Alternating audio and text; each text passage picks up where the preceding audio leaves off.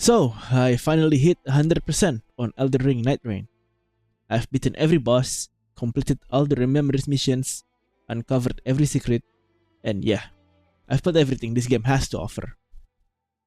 This is actually my first game review, and I've been dying to talk about this one. Let's get into it.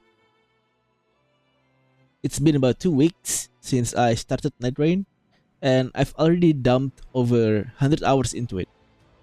No joke, I've been playing it non-stop. I cannot stop playing, man. I'm addicted to Nightreign. Even though it's repetitive, it's still fun. There's just something about the roguelike formula that keeps me coming back. So what is Nightreign exactly? It's like Elden Ring mixed with a combat overhaul mod, some roguelike elements, and a sprinkle of a PUBG mechanics.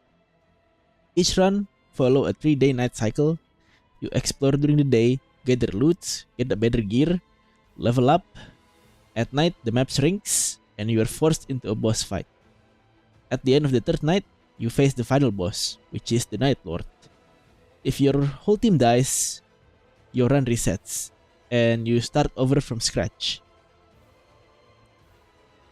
Progression here is unique. You don't have builds in the traditional RPG style. You only have a temporary character level that resets every run. The only permanent progression comes from relics. These are passive bonuses that you unlock each run, win or lose. Some relics are tied to specific characters, so plan accordingly. And honestly, I think the relic system is the core of what keeps you going. There's always something new to unlock, even if you fail the expedition. But you also can get unique relics from doing Remembrance quests. Remembrance quests are how you learn each character backstory. I finished all 8, and I've gotta say, I actually prefer Nightreign's story over the original Elden Rings. Because in here, you're not just some silent tarnish. You're playing an actual character with their own past, emotions, and regrets. It feels more personal in my opinion, and also more focused. Okay, now here's something important. I finished the whole game 100%, mostly with random players.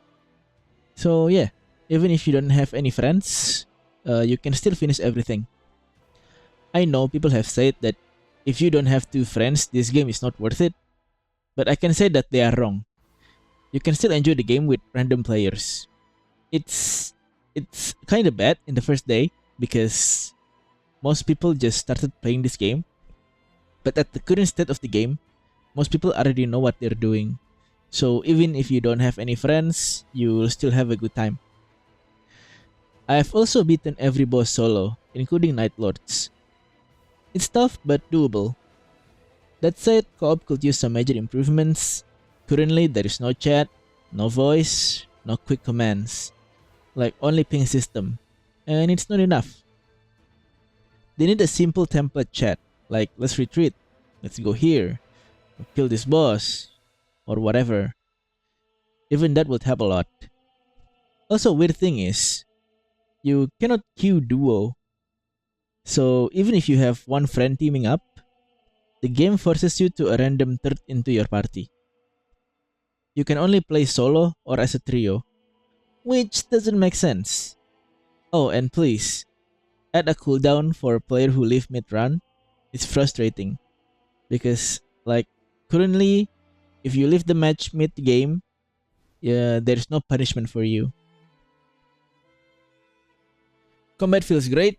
It's like a refined version of Soulsborne combat, but faster and more aggressive. I've played all 8 characters, and it's hard to pick a favorite. I usually pick based on my team's pick, so I'm just filling up roles. But I'm sure my most played character is Duchess.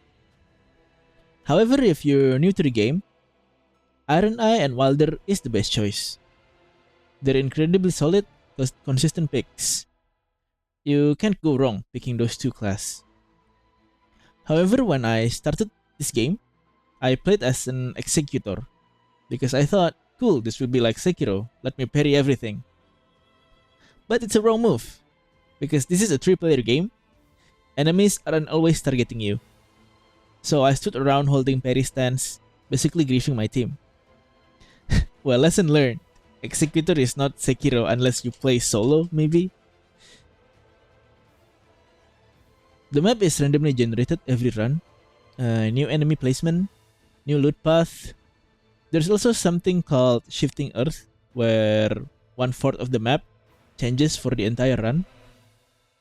It keeps things fresh and adds some risk-reward dynamics.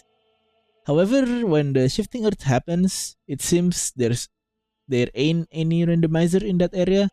So if you already experienced and explore the secrets in the Shifting Earth area, all the bosses and mobs are the same. Well, I hope they changes this in the future update. It will really help a lot with the replayability of this game. Now let's talk bosses. Field bosses, way too repetitive. You can almost predict which one you'll get based on the area. There are too many animal-like bosses also, and don't even get me started on the flying ones. They're annoying, visually chaotic. It's just not fun for melee players. Most Night Lords are having an animal design also. I would really love to see more humanoid bosses, like Libra for example. They're far more memorable. Oh yeah, one feature that I love, though sometimes a boss will invade your run, like out of nowhere. It's intense, surprising, and honestly, I wish this happens more often. We really need more random events like that. Okay, performance-wise, I think this game is more demanding than Elden Ring. Like, you'd think a smaller game would run smoother, but I noticed more frame drops, especially during boss fights with tons of visual effects. It's not game breaking, but yeah, probably it needs a patch. Okay, there are many rooms for improvements. Here's what I think needs fixing or improving. First, add a quick chat option, letting us communicate to our team besides ping. And then let people play in duos without feeling the third player. And please reduce repetitive bosses. I think they should import more bosses from Dark Souls. Even though it's just a copy-paste boss, I think it will be really great in my opinion. And also add cooldowns for levers. It's like if you leave the match, you cannot queue up for 30 minutes maybe, something like that. And include more random events and boss invasions. It will really help with the game replayability value. And lastly, please give us more humanoid bosses. Oh, also I'm hoping for a free post-launch content updates. Like not just a season pass. This game has a solid foundation. It just needs to keep evolving. And coming up, I probably plan to make a video about character tier lists, like who's the best for solo and team runs. Maybe it can help some new players. And so, is Elden Ring Nightreign worth it? Well, if you're into Souls combat, roguelikes, and team-based chaos, absolutely. It's not perfect, but I've poured over 100 hours into it already, and I'm still not tired. It's repetitive, but somehow it's also addicting. It's challenging and really rewarding. This is just the beginning, and I can't wait to see where From Software takes it next. If you like this review, please leave a like, maybe sub, and drop your main character in the comments, or which bosses do you find difficult to fight. Thanks for watching, see you in the next one, see ya.